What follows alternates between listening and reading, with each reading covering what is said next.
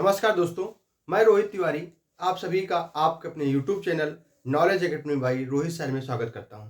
जैसा कि आपको पता है, यूपीपी की और एसएससी जीडी की क्लास स्टार्ट हो चुकी हैं और ध्यान दें, यदि आप नए हैं तो सबसे पहले तो आपको करना है कि सबसे पहले चैनल को सब्सक्राइब करना है और ज़्यादा से ज़्यादा लोगों के साथ शेयर करना है। आज हम ये देखते हैं कि इस वीडियो में कितने लाइक और कितने सब्सक्राइब होते हैं और कितना ज़्यादा से ज़्यादा शेयर होता है। इससे हमारा मनोबल बढ़ता है। यदि आप ज़्यादा से ज़्यादा इसको शेयर करेंगे तो व्यूज बढ़ेंगे, तो इसमें हमारा मनोबल बढ़ता है और ज़्यादा मेहनत करने की इच्छा होती है। तो आज ही और तुरंत चैनल को सब्सक्राइब जरूर कर लें। हाँ, अब हम लोग शुरू करते हैं क्वेश्चन पे। कोई बातें नहीं करेंगे, सीधा क्वेश्चन पे आएंगे। क्यों? क्योंकि हमारे पास समय अब बहुत कम बचा है। हमें ज़्यादा से ज़्यादा क्वेश्चन करने हैं और मैं कोशिश करूंगा कि आपकी दिन में 2 क्लास आपकी यूपी पुलिस की कम से कम पढ़े। अभी तो 1 पढ़ रही है, लेकिन दिन में अब 2 होनी चाहिए। तो मैं कोशिश करूंगा, समय निकालूंगा। क्यों? आपके लिए समय ज़्यादा जरूरी है। फरवरी में पेपर आपका होगा, ये निश्चित है। आइए हम लोग क्वेश्चन पे शुरू आते हैं।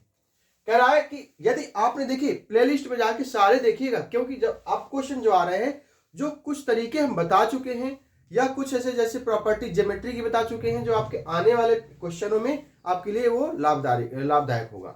देखिए पहला क्वेश्चन, एक दुकानदार कपड़े की बिक्री पर 20% की छूट देकर भी 30% का लाभ कमाता है।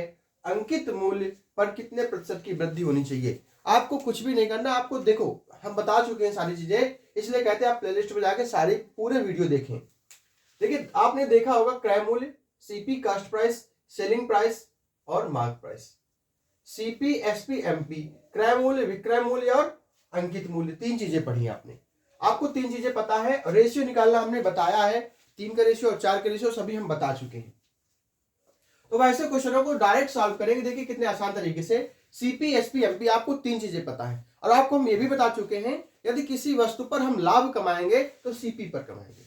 हमारा जो क्रय मूल्य होगा, जिस पर हम वस्तु को खरीद के लाए होंगे, हमें लाभ उस पर होगा। और यदि हम डिस्काउंट देंगे, अच्छा ये बताइए, जैसे हम जो मान लीजिए ये मार्कर खरीद के 20 रुपए का लाए, 20 रुपए का लाए, तो क्या 20 रुपए का लाने के बाद हम उसको डिस्काउंट दे देंगे? क्या नहीं देंगे। हम इसमें कुछ अपना अंकित मूल्य करेंगे, इसमें कुछ अपना मूल्य अंकित करेंगे, फिर उस पर डिस्काउंट देंगे ताकि हमारे खरीद से वो ज्यादा का मतलब कि ज्यादा से ज्यादा का पड़े।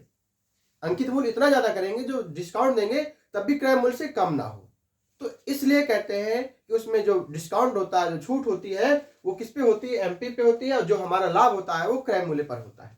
आइए देखते हैं। एक दुकानदार कपड़े की बिक्री पर 20% की डिस्काउंट देता है, 20% का छूट देता है। तो 20% हमने बताया, सब बता रखे हैं। देखिए, आपको ये चीजें याद रखनी है। 1 से 10 तक के सभी परसेंटेज याद होने चाहिए फैक्टर में, आपको जल्दी आसान हो जाएगा। 20% कितना होता है?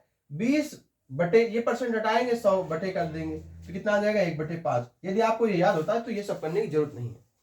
तो हमने देखा कि 20% का डिस्काउंट दिया तो 5 रुपए में इसका एमपी रहा होगा। 5 में 1 का उसने क्या कर दिया? डिस्काउंट दे दिया। 5 का उसने क्या कर दिया? 1 का डिस्काउंट दे दिया। इसका मतलब 5 रुपए उसका एमपी था। 1 का उसने डिस्काउंट दिया तो उसने बेचा कितने रुपए में? 4 रुपए में। किसी कोई समस्या नहीं चाहिए। मतलब अगर यहाँ पे 5, यदि 100 और 20 भी 100 और 20 भी मान सकते हैं, वो रेशियो में बाद में काटना पड़ेगा, इसलिए हम लोग डायरेक्ट करते हैं। 5 रुपया उसका अंकित मूल्य था, 1 रुपया का डिस्काउंट दिया, उसने कितने रुपए में बेच दिया? 4 रुपए में बेच दिया। अब उसको डिस्काउंट देने के बाद भी उसको 30% का लाभ होता है। तो 30% कितना होता है? 3/10 होता है। कैसे? 30/100 परसेंट था, परसेंट हटाएंगे, 100 कर देंगे, 0 0 कट जाएगा। तो उसने क्या किया? अब यहां पे 10 नहीं रखेंगे, रेशियो बनाना है ना हमें।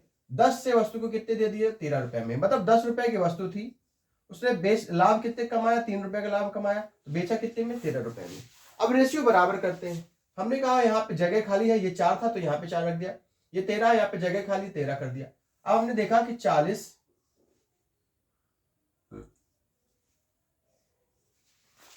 ठीक है। अब क्या रहा है? तो कितने प्रतिशत की वृद्धि की गई? अंकित मूल्य में कितने प्रतिशत की वृद्धि की गई? तो ये बताइए। क्रय मूल्य हमारा कितना था? 40 था। क्रय मूल्य कितना था? 40 था। अब हमने अंकित मूल्य उसमें अंकित कितना किया? कितना वृद्धि की? कितने की वृद्धि की? 25 की वृद्धि की। कितने की वृद्धि की? 25 की वृद्धि की। लेकिन उसने पूछा क्या? कितने प्रतिशत की वृद्धि हुई है? तो प्रतिशत किससे वृद्धि हुई है? 40 से। भाई क्रय मूल्य हमारा 40 था, उसमें हमने उसको क्रय मूल्य हमारा 40 रुपये, हमने इस मार्कर को 40 रुपये में खरीद के लाए थे, तो हमने देखा उसमें कितना अंकित मूल्य अंकित कर दें, तो हम 65 रुपये अंकित कर दिया हमने। तो हमने देखा कि 20% की छूट देने के बाद हमें 30% का लाभ आ जाएगा। जब हम ये करेंगे तो हमने देखा कितना बढ़ाया अंकित मूल्य, हमने 25 बढ़ाया, कितने में से 40 में से। अब परसेंट निकालना है तो गुणे 100 करना है। ठीक है, देखिए 0 से 0 कैंसिल, 0 से 0 कैंसिल, कितना आ गया 250 या 125/2, ये काट दीजिए 125/2, 125/2 कितना हो जाएगा 65.5% की वृद्धि होगी। 65.5% की वृद्धि होगी, सॉरी 62.5% की, कितनी 62.5% की वृद्धि हो गई। हमारा आंसर आ गया। यहां अब तक किसी को कोई दिक्कत नहीं होनी चाहिए थी, बिल्कुल आसान तरीके से सॉल्व करते चले जाएंगे, हमारा आंसर आ जाएगा। देखो 6 बार जाएगा, फिर 2 बार जाएगा, 1 बचेगा, 2 पंचे 10 आ जाएगा, आंसर आ जाएगा। ठीक है, अगला आते हैं क्वेश्चन में। अगले क्वेश्चन में है कमरे की लंबाई, चौड़ाई और ऊंचाई 5:4:2 है। लंबाई को यदि 20% और चौड़ाई को 25% से बढ़ा दिया जाता है तथा ऊंचाई को 25% से कम कर दिया जाता है, तो कमरे की 4 दीवारों का क्षेत्रफल पर क्या प्रभाव पड़ेगा। क्षेत्रफल कितना बढ़ेगा पहले से या कितने पहले से घटेगा, वो बताना है। अब हम एक तरीका तो ये देखते हैं, कमरे की लंबाई, चौड़ाई, ऊंचाई पहले 5:4:2 थी। तो पहला तरीका हमारा ये रहेगा कि हम देखिए, जैसे मान लीजिए 5 का अगर हमें 20% निकालना है तो एक्स है, ये 5 का 20% निकालेंगे तो थोड़ा सा कठिन हो जाएगा, 65 के 20% निकालेंगे थोड़ा सा कठिन हो जाएगा। अगर हम यही 5 को 500 बना लें, अब 20% निकालें तो देखो अपने आप 2 जीरो कट जाते हैं।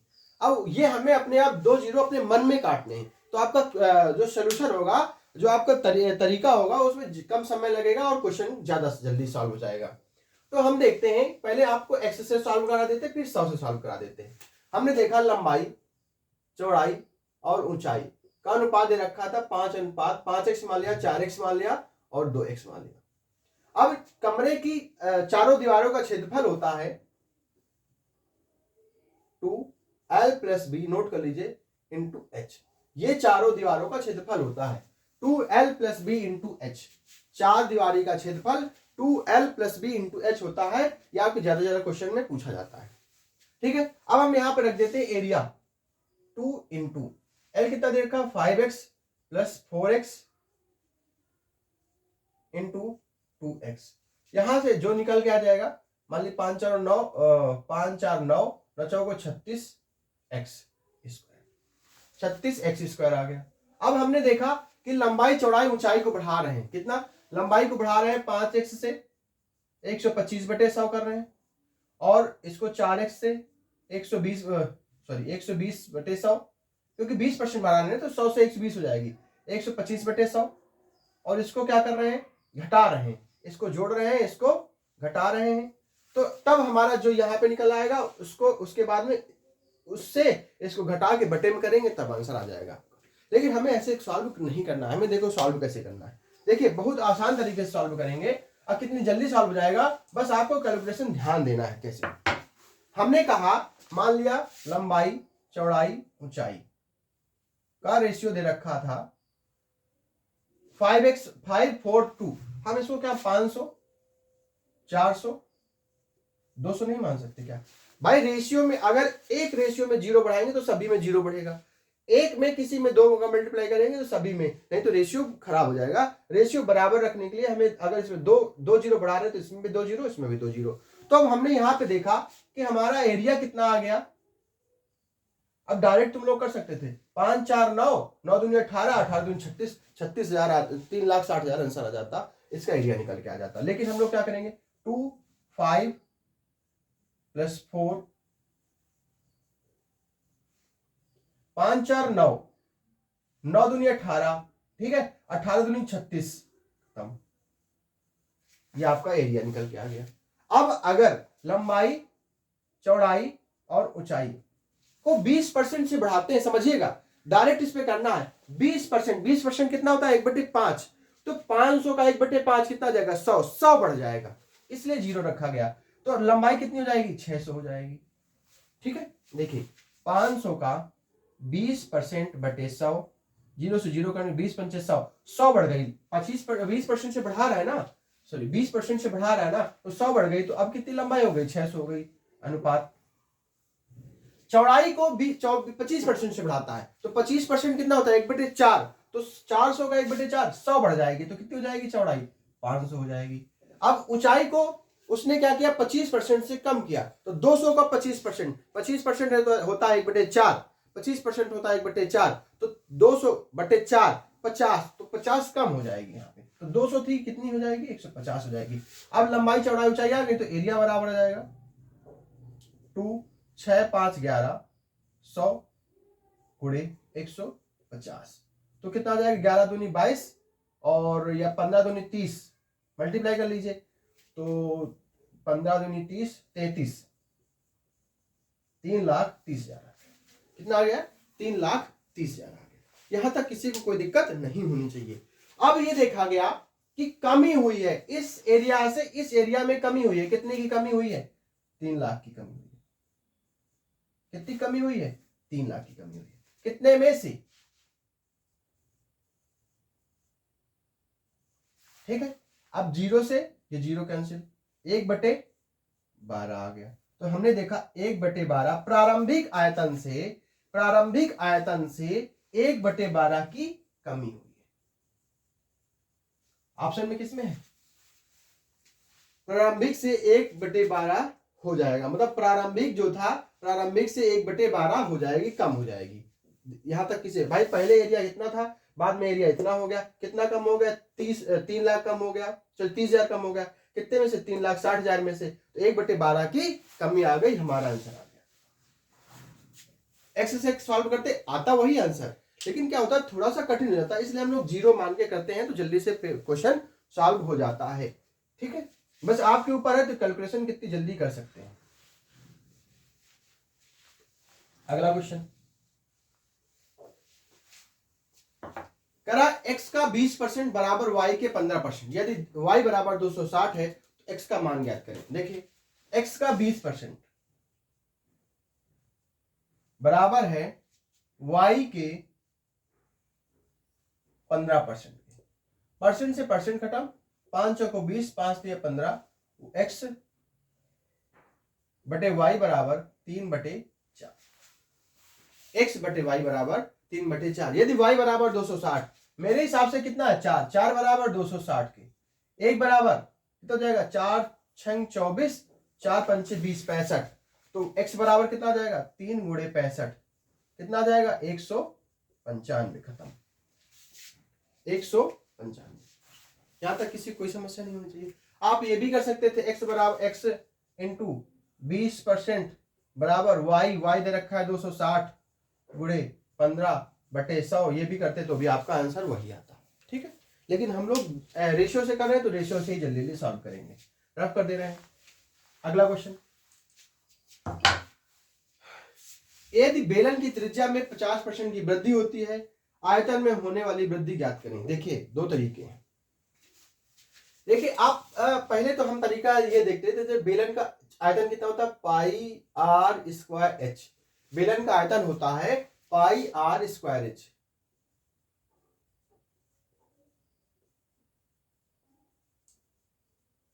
πr²h, तो हमने देखा कि त्रिज्या में 50% की वृद्धि हुई, माना पहले r बराबर 100 माना, तो बाद में कितनी हो गई, r कितनी हो गई, 150। क्यों, 100 का 50%, ये देखिए ये छोटी छोटी चीजें आपको याद होनी चाहिए, 50 बढ़ी तो 100 से कितनी हो गई, 150 हो गई। ये चीजें बार बार बतानी नहीं पड़नी चाहिए, अपने आप 100 को एलिमिनेट करना सीखिए। ठीक है, तो अब अगर यहां से बेलन का आयतन, पहले पाई को पाई रहने दो, आप 22/7 रखोगे, h का मान रखोगे तो कठिन हो जाएगा, पाई को पाई रहने दो क्योंकि सब अभी कट जाएगा। पाई r कितना हो जाएगा, 100 गुणे 100, h को h रहने दो। ठीक है, तो हमने देखा ये बराबर हो जाएगा किसके, या आप क्या कहा है, कितने की वृद्धि होगी, यहां से देखा हमने यहां से आ गया पाई गुणे 100 गुणे 100 गुणे एच। अब दूसरा में कहा जब वृद्धि होती है तो पाई से गुणे 150 गुणे 150 गुणे एच, ये एरिया निकल के आता है। तो जब हम देखेंगे इसमें से इसको करेंगे तो यहां से एच से ये एच कैंसिल हो जाएगा, पाई से ये पाई कैंसिल हो जाएगा। तो हम देखेंगे पहले एरिया आ रहा था 100 गुणे 100, बाद में एरिया आ रहा है 150 गुणे 150, ठीक है। बाद में एरिया कितना आ रहा है 150, ये अपने आप कट रहे हैं, ठीक है। तो हमने देखा 0 से 0 कैंसिल, 0 से 0 कैंसिल। हमने देखा 100 से कितना हो गया, 100 से कितना बढ़ के हो गया, 100 से 225 हो गया, 225, 15 15 में 225 होता है। हमने देखा कितना बढ़ गया, 125 बढ़ गया, कितने में से 100 में से गुणे 100, मतलब 125% की वृद्धि हुई, 125% की वृद्धि हो गई, ये हमारा आंसर है। लेकिन हम लोग सॉल्व नहीं करेंगे, क्यों?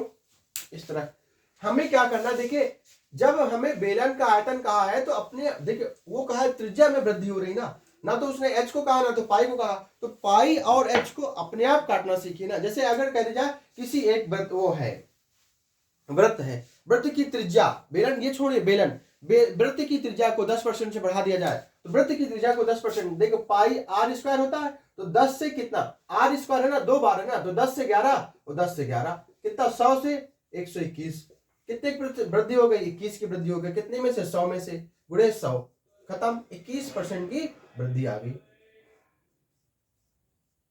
अब उस तरह नहीं सॉल्व करना है, उस तरह नहीं सॉल्व करना है। इसी क्वेश्चन में पाई से पाई कैंसिल हो जाएगा, एच से एच कैंसिल हो जाएगा। हमें देखना है पाई आर स्क्वायर है ना, आर पे ध्यान देना, पाई आर स्क्वायर है ना, तो 2 बार वृद्धि हो रही है, कितनी बार वृद्धि हो रही है, 2 बार वृद्धि हो रही है। तो 50 कितना, 50% कितना होता है, 1/2 हो रहा होता है, कितना होता है, 1/2 होता है। तो 2 से 3 हो गई, 1 की वृद्धि हो गई। अगली बार फिर 2 बार है ना, पाई आर स्क्वायर, आर तो 2 से 3 हो गई। हमने देखा 4 से कितनी हो गई, 9 हो गई, कितने की वृद्धि हो गई, 5 की, कितने में से, 4 में से, गुणे 100, 25 आ गया, 25% में 125 की कितनी हो गई, वृद्धि हो गई, खत्म।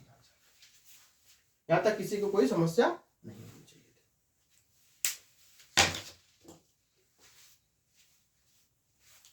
अगला क्वेश्चन 5वां, जैसे कहते आयत, एक चीज आप समझ लीजिए, जैसे आयत हो गया, आयत में लंबाई और चौड़ाई अलग अलग होती है, लंबाई और चौड़ाई अलग होती है, लंबाई ज्यादा होती है चौड़ाई से, लंबाई ज्यादा होती है चौड़ाई से आयत में, ठीक है। अब लंबाई को 10% से बढ़ा दे, चौड़ाई को 20% से बढ़ा दे, तो क्षेत्रफल पर क्या प्रभाव पड़ेगा। तो पहले लंबाई को 10 से 11 किया, एक 10% कितना होता है, 1/10, और चौड़ाई को 20% 1/5 होता है, तो 5 से कितना किया, 6 कर दिया, 50 से कितनी हो गई, 66 हो गई, कितनी वृद्धि हो गई, 16 की वृद्धि हो गई, कितने में से, 50 में से, गुणे 100, देखिए 32% की वृद्धि हो जाएगी। आपने x plus y plus minus ऐसे कुछ पढ़ा होगा, x/y/100 ये पढ़ा होगा, ये सॉल्व नहीं करने की जरूरत होती है। क्यों, जब तीन में आ जाएगा, एक बार वृद्धि, फिर एक बार कमी, फिर एक बार वृद्धि, तब आप इसको सॉल्व करना भूल जाएंगे, क्योंकि इससे सॉल्व नहीं होगा, ठीक है। आपको ये याद रखना है। इन सब की कैसे आया, सब चीजें चर्चा अभी नहीं कर सकते, क्योंकि आपका पेपर है और आपको पेपर में क्वेश्चन ज्यादा से ज्यादा सॉल्व कराने हैं। यदि एक संख्या के 60% को, अगला क्वेश्चन नेक्स्ट 5वां, यदि एक संख्या के 60% को, एक संख्या हमने मानी x, एक संख्या हमने मानी x, संख्या के 60% को 120 में जोड़ा जाता है तो परिणाम वही संख्या होती है, कौन सी, जो संख्या मानी है। हमने माना संख्या x थी, x का 60% यदि हमने 120 जोड़ दिया, संख्या के 60% को 120 में जोड़ा जाता है, संख्या के 60% को 120 में जोड़ा जाता है, तो परिणाम मतलब जो इसका सॉल्यूशन होगा यही संख्या आएगी, ये वाली संख्या आएगी, कौन सी, x आ जाएगी, यही कहा है, परिणाम वही संख्या आएगी जो संख्या हमने मानी है। अब ये बताइए आप कि ये x 60% ऐसे लिख देते, x का 60% माइनस x बराबर 100, यहां तक किसी को कोई समस्या नहीं होनी चाहिए। अब अच्छा ये बताइए, अगर परसेंट हटाएंगे तो x का 60/100 100 माइनस x बराबर 120। अब ये बताइए 0 से 0 कैंसिल, ये 3 ये 5, तो यहां से आ जाएगा 3x, ये उधर माइनस का जाएगा, सॉरी ये उधर माइनस का जाएगा, माइनस का 120, ये इधर प्लस में था तो इधर आ गया माइनस में, उधर माइनस का चला जाएगा, तो यहां से आएगा 3x upon 5 minus x is equal to minus का 120। अब ये इसमें जाएगा तो 3x minus 5x by 5 is equal to 122 120, ठीक है। तो यहाँ से minus 2x by 5 is equal to minus 120, minus से माइनस कैंसिल हो जाएगा तो 6 का 12 आ जाएगा, x बराबर आ जाएगा 300। 60 गुणे 5 बराबर लिख देते हैं, 60 गुणे 5 बराबर 300 आ रहा है ऑप्शन में कहीं। x का 60% 120 में जोड़ा जाता है तो परिणाम हमारा वही आता है। अगर x का 60% माइनस, इधर इसको प्लस में था इधर आ जाएगा माइनस में हो जाएगा, ये प्लस में था इधर जाएगा माइनस में हो जाएगा, तो 3 गुणे 60/100 माइनस x बराबर 120। यदि आपको 60% की वैल्यू पता होती तो आप तुरंत 3/5 लिख देते। 3x by 5 minus x is equal to 1 यहाँ पे आया, 3x माइनस 5x यहाँ से माइनस 2x बाई 5 आया, यहाँ से 120 माइनस से माइनस कैंसिल हो गया, 2 से इसको काट दिया 60 आ गया, और x है x बराबर ये उधर गया तो 6 पंचे 30 300 कर दिया, आंसर आ गया। रब कर दी।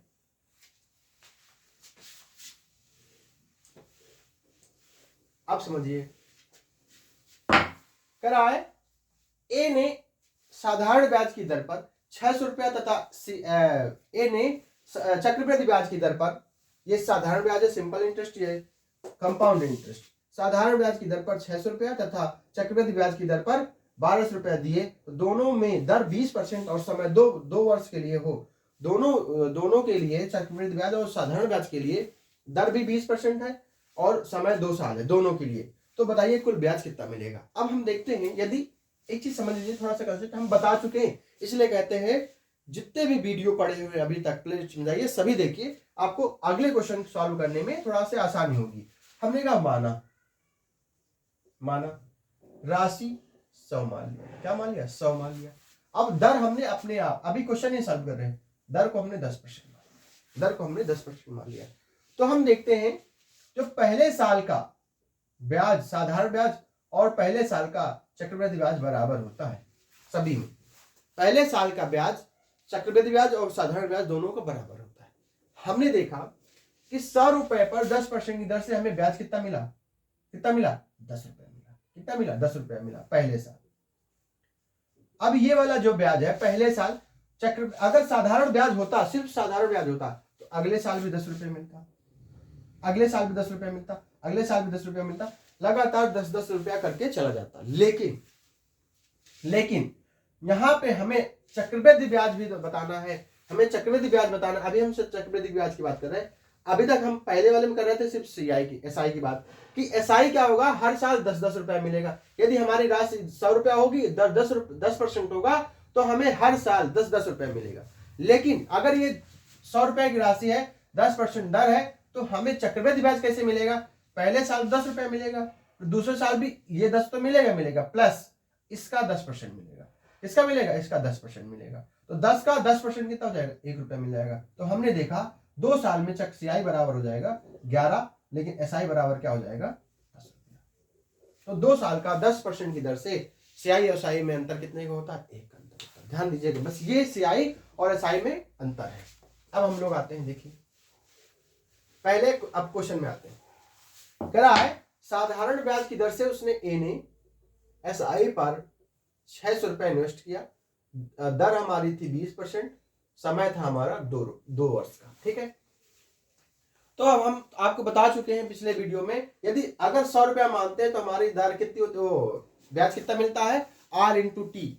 यदि हम R इंटू टी 20 दूनी 40 हमारा ब्याज मिल गया। अब 100 बराबर 6 के, क्योंकि 100 माना था, 100 बराबर 600 के, 1 बराबर 600 के, तो 6 मतलब 100 गुणे 40 बराबर कितना हो जाएगा, 6 बराबर 40 कितना हो जाएगा 240, ब्याज हमारा 240, बिना पेन उठाए हमारा आंसर आ गया 240 से।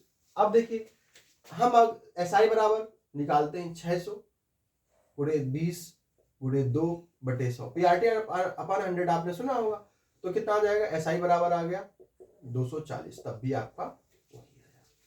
भी आपका वही आया। यदि आपने वो कॉन्सेप्ट सीखा होता तो आप बिना पेन के आप 240 निकाल सकते थे। अब क्या कह रहा है, अब यहाँ पे ए ने सीआई पर कितने रुपए इन्वेस्ट किए, 1200 इन्वेस्ट किए। दर कितनी है यहाँ पे 20%, सेम दर है, और समय कितना है 2 वर्ष। 1200 तो निवेश किया, 1200 रुपए निवेश किया। अब कह रहा है 1200 रुपए पर 20% दर से पहले साल का ब्याज कितना मिलेगा, बताया था हमने, 12 दूनी 24, मतलब 240 रुपए मिलेगा। दूसरे साल भी 240 तो मिलेगा, प्लस इस 240 का 20%, 240 का 20%, 24 दूनी 48, कितना हो जाएगा, 48 रुपए मिल जाएगा। देखिए 240 गुणे 20/100, 0 से 0 कैंसिल, 24 दूनी 48, या 20% 1/5, 240 का 1/5 48 ही होता है। ठीक है, आप लोग कैलकुलेशन तेज करिए, कोशिश करिए कैलकुलेशन तेज करिए। तो हमने देखा कि यहाँ पे हमें 8, 12 और 528 रुपए ब्याज मिल गया। सीआई कितना मिल गया हमको, सीआई हमें कितना मिल गया, 528 रुपए मिल गया। अब उसने पूछा क्या है, 2 साल बाद कुल ब्याज पूछा है। क्या ब्याज पूछा है, कुल ब्याज, सीआई एसआई प्लस सीआई पूछा है। तो 240 प्लस 528 कितना हो जाएगा, बराबर 8, 6, 768 रुपए हमारा ब्याज मिल गया। 2 साल का 20% की दर से सीआई और एसआई का योग हमारे पास कितना आ गया, 768 आ गया। खत्म। यहां तक किसी को कोई समस्या नहीं होनी चाहिए। अगला क्वेश्चन, 7वां क्वेश्चन। अभी तक हम लोग 6 क्वेश्चन कर रहे थे, लेकिन जगह नहीं पड़ रही थी, इसमें जगह मिल गई तो हम लोग अगला क्वेश्चन सॉल्व करें। देखिए क्या है, अंडर रूट के अंदर 2.56 प्लस 3.61 प्लस अंडर रूट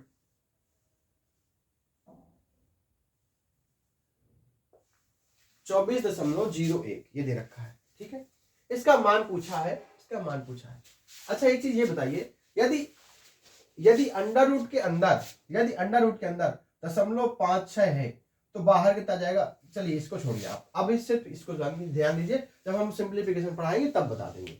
हमने देखा कि ये 256 किसका स्क्वायर है, इसका स्क्वायर है 16 का स्क्वायर है, 16 का स्क्वायर। अब देखिए बता ही देते हैं, 1.6 इंटू 1.6 स्क्वायर मतलब ये होता है ना, 16 का स्क्वायर क्या होता है। अब वहां पे 16 नहीं है, वहां पे दशमलव है, तो 1.6 इंटू 1.6 तो बराबर आ जाएगा 256। 2 अंक के पहले दशमलव लगा दिया। अब जब भी आपको अंडर रूट के अंदर 2 अंक के पहले दशमलव हो तो जो सोल्यूशन होगा उसमें 1 अंक के पहले होगा। यदि आपके पास 0.0000 4 अंक के पहले दशमलव है, 4 अंक के पहले दशमलव है, तो जब अंडर रूट के अंदर अगर है तो जब ये बाहर आएगा तो ये 2 अंक के पहले हो जाएगा, ये 2 अंक के पहले हो जाएगा। ठीक है, इतना ध्यान रखना है आपको। अब यदि इसको एक तो तरीका ये है कि हम इसको डायरेक्ट कर सकते हैं, 256 है तो ये 1.6 का है, प्लस ये कितना आएगा 1.9 का है, और ये 29 का है। कितने का 29, किसका स्क्वायर है, 29 का स्क्वायर है, तो कितना जाएगा 2.9 हो जाएगा। यहाँ तक किसी को कोई समस्या नहीं होनी चाहिए। या आपको नहीं आ रहा है स्क्वायर तो आप ऐसे कर सकते हैं, देखिए आसान है, यही करना है और कुछ भी नहीं करना है। आपको क्या करना है, जो हमने बताया था वही करना है, 256/100 कर देना है, उससे कोई फर्क नहीं पड़ेगा। दशमलव हटा दिया हमने, 361/100 कर देना है, और कठिन हो जाएगा और हिंदी हो जाएगा, आपको ज्यादा लिखना पड़ जाएगा, 2401/100 कर देना है। तो हमने यहाँ पे देखा 16/10 आ गया बाहर निकल के, 19/10 आ गया, प्लस 29/10 आ गया। अब फिर वही आ जाएगा 1.6 प्लस 1.9 प्लस 2.9, हमारा ये जोड़ दोगे आंसर। यहां तक किसी को कोई समस्या नहीं होनी चाहिए थी।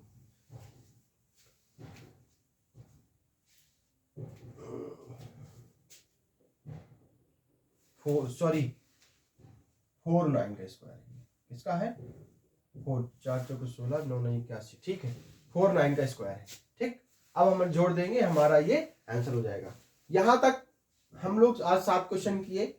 आप फिर से बता दें, आप प्लेलिस्ट में जाके सभी वीडियो देखिए, ताकि आपको जो पेपर में आए हुए क्वेश्चन हैं उसका अंदाजा लग सके कि पेपर कैसे आएंगे और कैसे आ रहे हैं। सारे अभी हम प्रीवियस ईयर ही पढ़ा रहे हैं, जब हम देखेंगे लास्ट के पेपर के 10 दिन पहले, हम आपको ऐसे ऐसे क्वेश्चन देंगे कि पेपर में मिलते जुलते आपको वही क्वेश्चन मिलेंगे। हम ये नहीं करें वही है, हम मतलब कि हम पेपर नहीं छापते हैं।